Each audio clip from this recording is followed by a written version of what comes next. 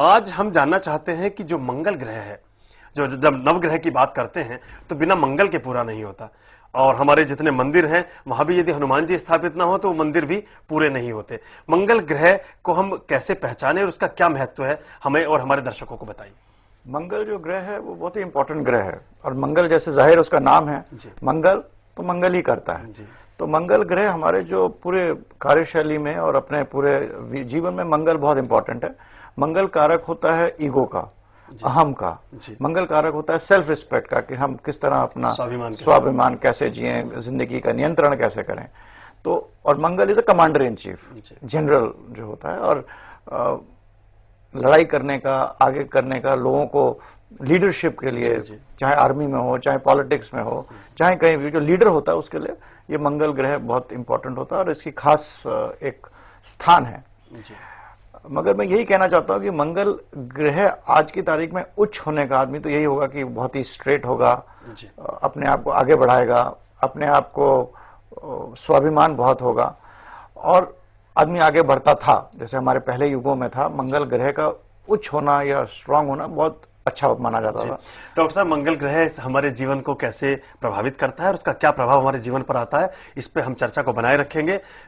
Doctor साहब, जब हम मंगल की बात कर रहे थे, आपकी चर्चा को बीच में हमने विराम दिया, आप बता रहे थे कि किस तरह से जो उच्च पदों पर लोग हैं या सेना में जो लोग काम करते हैं या बड़े बड़े पदों पर लोग काम करते हैं, उसमें मंगल की भूमिका बड़ी महत्वपूर्ण होती है। उसी विषय पर हम फिर से लौटते हैं। देखिए, मैं एक चीज बोलना चाहता हूं कि पहले जब ग्रंथ लिखे गए थे, हमारे पराशरी ये सब लिखे गए थे, और जैसे हमारी लोग होते थे उसमें मंगल का स्ट्रांग होना बहुत जरूरी होता था, क्योंकि it was a characteristic of you being very powerful, you having the ego, आप अपना अच्छा चल रहे हैं, एक्सेट्रा एक्सेट्रा।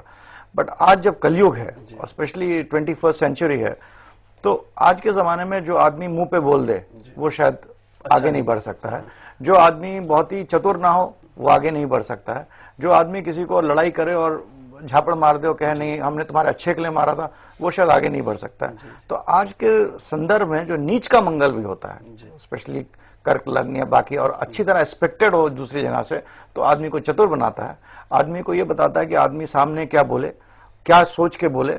किस तरह आजकल वही लोग बढ़ रहे हैं जो कि पीछे से वार करते हैं। आपके मुंह पे बोल दिया, पीछे से छुरा मार दिया, वही लोग बढ़ रहे हैं। तो आज के संदर्भ में शायद जब हम जन्म पत्नियां देखते हैं तो मंगल का उच्च होना आर्मी के लिए, स्पोर्ट्स के लिए सब जरूरी है। But to rise and be world wisely, शायद नीच का मंगल भी आज के जमाने में इतना खराब नहीं है। तो ये जो धारणा है कि नीच का मंगल खराब है और उच्च का मंगल अच्छा है, और जो हमारे ग्रंथ में लिखा है उनको एकदम रेप्लिका कॉपी कर देना, वो आज के संदर्भ में ठीक नहीं है। It has to be seen in relationship with lot of other planets. तो ये नीच और ऊंच के मंगल के बीच में विवाद है, वो एक अलग नजरिए से हमें देखना चाहिए, specially with the current context. जी, हमें वर्तमान परिस्थितियों में और जो हमारा आज का कंटेम्प्रेरी सिनेरियो है उसके हिसाब से ग्रहों की गणना करने की आवश्यकता है, तभी हम उनका ठीक विवेचन कर सकते हैं। डॉक्टर साहब कहते हैं कि नीच का मंगल भी आपके लिए शुभ फलदायी हो सकता है। इस चर्चा को हम बनाए रखेंगे। डॉक्टर साहब, हम बात कर रहे थे, आपने एक अभी पहले वाले चार्ट में बताया कि मंगल और शनि, क्या जब मंगल और शनि अगर एक घर में है, या किस तरह का प्रभाव मंगल और शनि का कॉम्बिनेशन क्या करता है? शनि और मंगल का स्वभाव को समझना चाहिए। मंगल जो होता है एग्रेसिव प्लैनेट होता है, वो हर चीज जल्दी करना चाहता है। अब दो लोग साथ बैठे हैं, एक आदमी होता है मैं काम जल्दी करूं, मैं दरवाजा जल्दी करूं, दूसरा आदमी कहता है नहीं हम सोचें कि दरवाजा बना कैसा है, इस पे कैसे आगे बढ़ें, धीरे धीरे काम करें।